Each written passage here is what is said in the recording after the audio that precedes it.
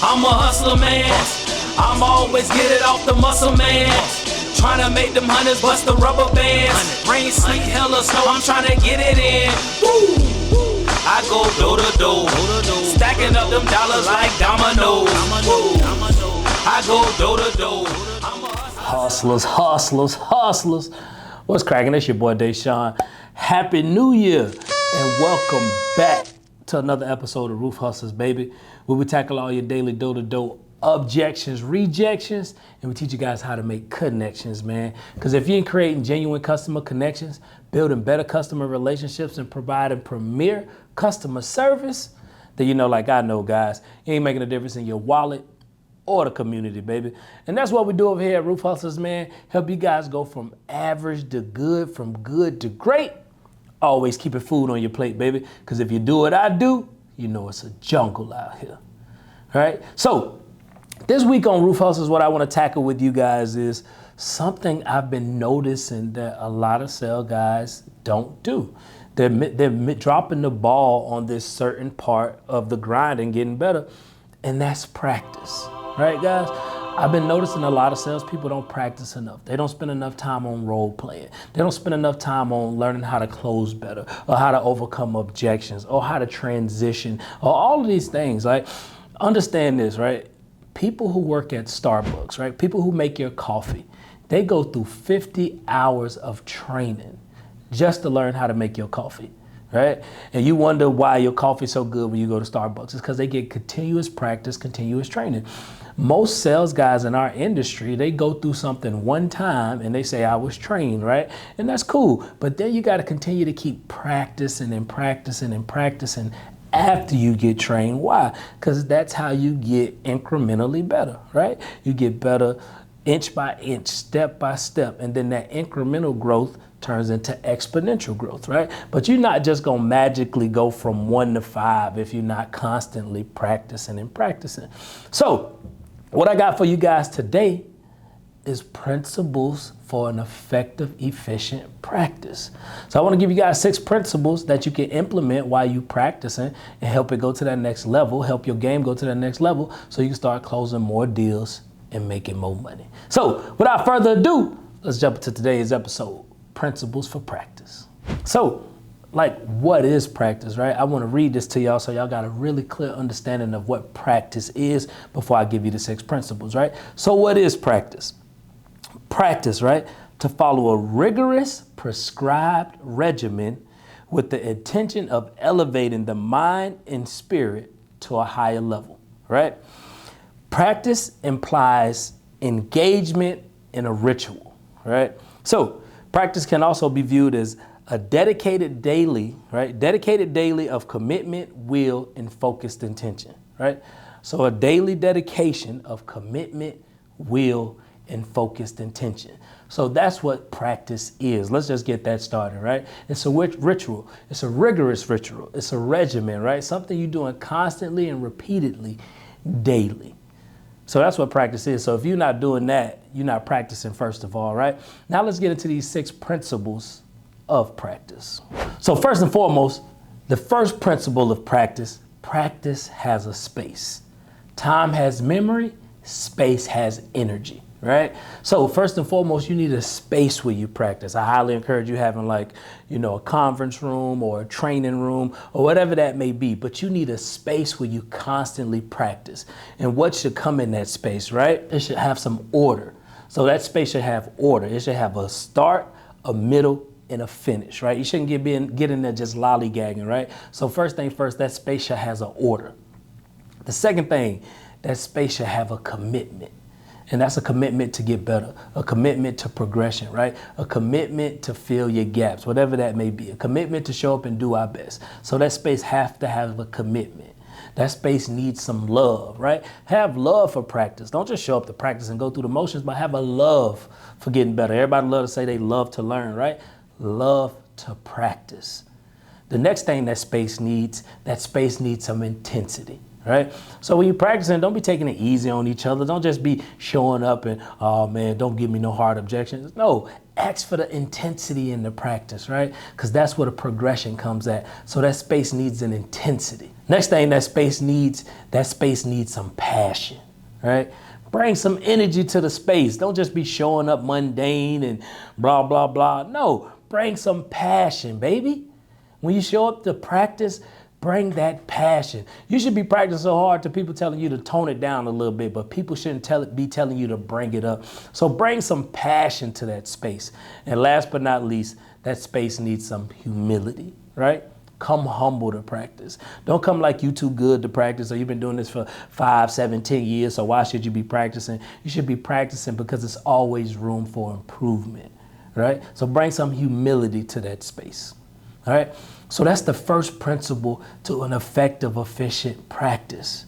Make sure that space, make sure you got a space for practice, right? Bring some humility, some passion, some intensity, some love, some commitment, some order. Bring all those things to practice when you show up. The second principle to an effective, efficient practice is that practice needs to have a time, right? When you show up daily, right, practicing with a certain level of intensity and focus, a certain power starts to build up around you, right? The muses notice that you're practicing and they start to deliver the growth, right? So you need a time that you're practicing. When we was all in high school, we practiced football at the same time every day, right? So I highly encourage you, when you practicing, have a set schedule for the practice, whatever that may be. We practice every day, role playing, objection handling, closing, getting better at closing our transitions. We do it every day, 1 o'clock, whatever that may be. I don't care if you don't really want to show up or, man, you're tired of practicing.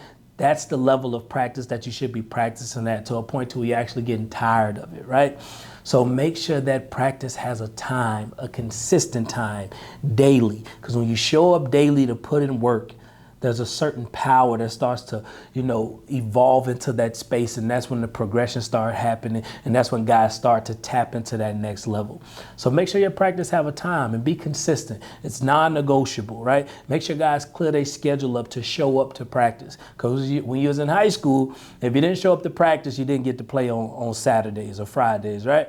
So make sure that practice has a time. The third principle for practice, right, to have an efficient and effective practice, the third principle is practice has to have an intention, right? You have to have a focus and you have to have an intention when you're showing up to practice. So what do I mean by that? When you show up to practice, be intentional about what you're looking to change. Maybe you're a great starter, you're not a good transitioner. So you're working on your transitions in practice, right? Or maybe you're a good starter, great transitioner, but you're not a good closer. So you need to be having an intention, right? My intention of showing up to practice today is get better at closing. My intention on showing up to practice today is getting better at, opening up the door and getting my starting, right? My opening pitch, right? Maybe my intention at practice is getting my transitions better to where transitioning into the home, right? Or overcoming those objections. But you have to have an intention. Why? Because intentions alter your circumstances. But your circumstances will never alter your intent. So if you're not intentional when you show up to practice, you're just practicing for nothing. So do an inventory. Like, maybe I'm good at starting. I got to get better at asking questions. So when you're showing up to practice, make sure you're focusing on asking your questions. Have an intention on the part that you need to improve about your game, right? So practice has to have an intention, right? You're going to get tired of me saying that, but I'm going to say it one more time. Practice has to have an intention. So when you show up to practice, be focused and be intentional about the areas of your game that you want to improve. Because if not, you're not just going to get better on accident. So when you intentionally focus on the areas of your game you want to improve, they're going to improve drastically. So that's the third principle of practice. Show up with an intention and be focused. The fourth principle for an effective and efficient practice is you have to show up humble, guys. You need some humility when you show up to practice, right? There's a few ways you can view humility. I view humility as you're great, but there's always room to improve, right? So you also got to have the mindset of you have to show up to practice with humility so you could be arrogant in the game. So you could be arrogant when you're sitting in front of the homeowner, right? So you got to bring humbleness to practice. So you got to show up to practice and leave the ego at home. The ego is what stops you from growing. The ego feels that is good enough. The ego feels like, man, why I'm doing this? I've already sold 1.5 million, 2 million. that is what's really stopping you from going to that next level, your ego. So you got to show up to practice humble. You got to show up to practice with a learner's mindset, right? With almost like a childlike, aura, which is like a kid is always finding ways to get better. A kid is always asking questions. Why you do this? Why you do that? So you got to show up to practice with some humility. All right. Stop showing up to practice with your ego. Stop showing up to practice like you too good to be here. I guarantee you, Tom Brady or the greats, people who are really at the top of their game, don't show up to practice like, man, I've already done this. Why I'm showing up to practice? Allen Iverson, great example. He used to bring his ego to practice, right? He's like, we're talking about practice, but yet he never won a championship. Right? Kobe Bryant showed up to practice humble, always trying to find ways to get better, improving the inches in his game so he could really dominate the game. Right? So the fourth principle for an effective and efficient practice, show up humble, show up ready to grow, show up ready to improve the little parts of your game. The great athletes, the great, entrepreneurs, the great people in life, they're only looking to improve the inches. They're not looking for big strides. They're looking for small steps, small inches in their game that they can start getting better at so they can continue to progress and be the best and stay at the top of their game. So the fourth practicing principle for an efficient and effective practice, show up humble, bring humility to practice. The fifth principle for an effective and efficient practice, right? Show up as a student. Don't show up as a teacher. Don't show up as an expert. Don't show up as the guy who's been killing the game and all of these things. Show up as a student. Be willing to learn from everybody, even the new guy, right? Even the guys that's not performing at the level that you're performing at. Find the little things that he do that you can implement in your game and get better. For example, my second year in the industry, I had a guy that used to work with me, and he used to go into the neighborhoods and he say, we're doing free inspections as a courtesy to the community. And I'm like, dang, that's good. I never thought about saying that to homeowners. And I took that little piece from him and I added it into my game, right? I used to do role playing. I used to watch guys that was really good at BSing in the beginning and connecting and growing with homeowners. I took that little aspect, put it into my game. I used to see guys practice and they was very direct. I used to take those little aspects and put it into my game, right? Always a student. Never feeling like I'm too good to be in any room to learn from somebody else. So when you're showing up to practice, be a student. Don't show up to practice as like you're the expert and you know everything, right? Show up to practice like, where can I get better? I'm going to be a student today and learn from all the people around me. People love to say that. You can always learn from everybody, right? But don't just say it, practice it. So when you show up to practice, when you show up to role play, be a student, man. And as you're a student, keep that student mindset. You'll always be continuously learning, right? So show up to practice as a student. That's the fifth principle for an effective and efficient practice. And the sixth and final principle for an effective and efficient practice, right, is never forget that practice is a lifelong journey, right? Practice is lifelong. The greats understand there's no finish line to greatness, right?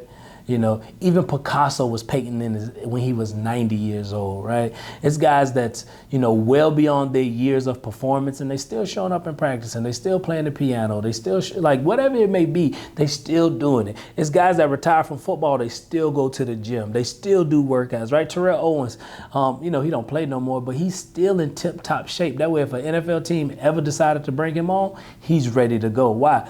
Because he understands the importance of practice. It's a lifelong journey. I'm constantly practicing. I've been selling roofs for 8 years and I'm still learning. I'm still growing. I'm still practicing my transitions. I'm still practicing my closer. Why? Because I know that there's no finish line. There's no end point to becoming great. Right? Simon Sinek, the infinite game. Once you think there's a finish line, believe it or not, that's what's going to hurt you because you ain't going to never get there. So you're going to get burned out and you're going to get drugged down. Why? Because you think you should already be there. But the greats understand that practice is a lifelong journey. Right? It's a lifestyle, continuously practicing so you can get better. So the sixth and final principle for an efficient and effective practice is be mindful. It's a lifelong journey. You never get there. Just because you done sold 2 million, 5 million don't mean that you stop practicing. That means you practice even more intense, right? Tom Brady, 7 Super Bowls, still practice. Kobe Bryant, when he had 5 rings, still showed up to practice. Michael Jordan, same thing, still show up to practice. because they understand it's a lifelong journey and they'll never get to the destination that they're looking for, right? It's continuous. So understand, guys, if you really want to be great as a door-to-door salesman or a salesman in general, you gotta continue to practice.